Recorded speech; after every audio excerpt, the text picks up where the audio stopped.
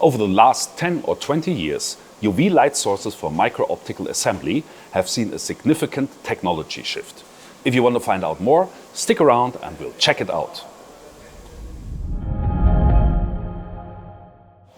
UV curing adhesive is a fascinating material.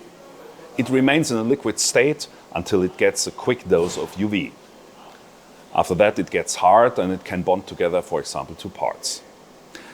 If you take these optical parts, they are eventually assembled to such a miniaturized multiplexer. This is done in an assembly station where we do the alignment, and the curing with UV is ideal because it's quick and fast.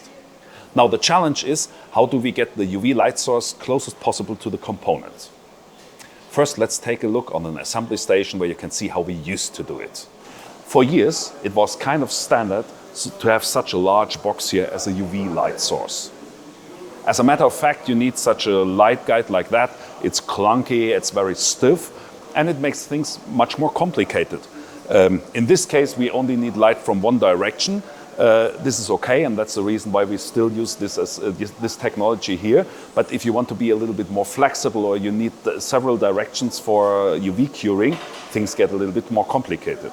Let's take a look over there.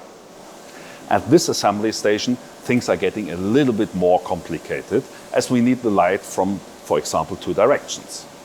For that, we had to design a jig which splits the light. We even implemented some lenses, and we can pull it here and switch the flaps here. And it is obvious this can become much more complicated.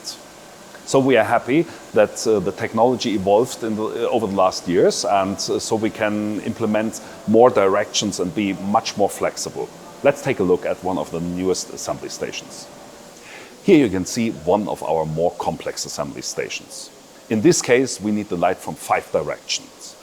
What you cannot see is a big blue box behind the assembly station, because in this case we can use the evolutionary step, it's LED.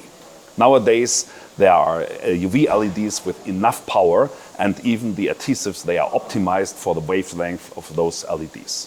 In this case, you can see here in the swivel arm, we have 5 LEDs, and the arm is swiveled over the component, which is aligned, and then it can be cured like that.